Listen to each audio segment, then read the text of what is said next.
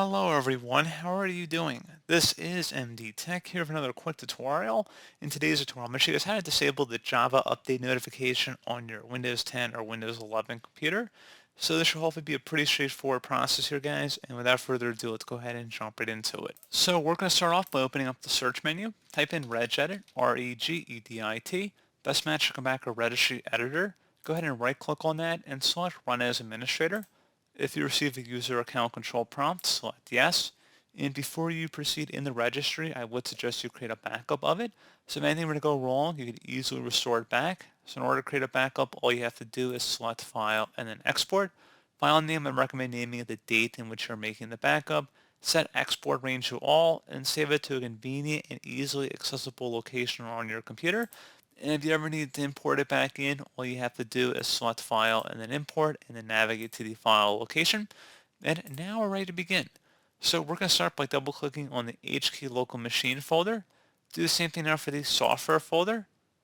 Locate the WoW6432 node folder and double click on it. Now go down to JavaSoft, double click on that. And there should be a Java update folder, double click on it. And then finally, there should be a policy folder, just left click on that one time. You're going to locate a value on the right side that says enable Java update. If you don't see one in here, we're going to have to go ahead and create it.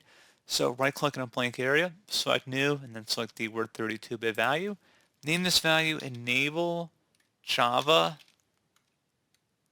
update. Exactly how you see it on my screen. So again, enable Java update, no spaces in between. Hit enter, and now double click on this. Set the value data to number 1, numerical number 1.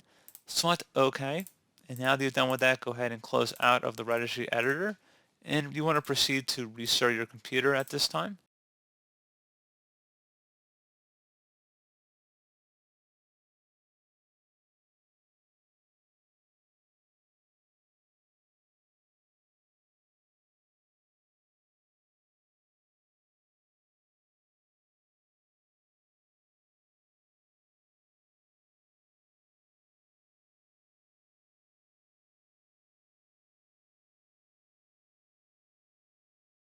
And that should be about it.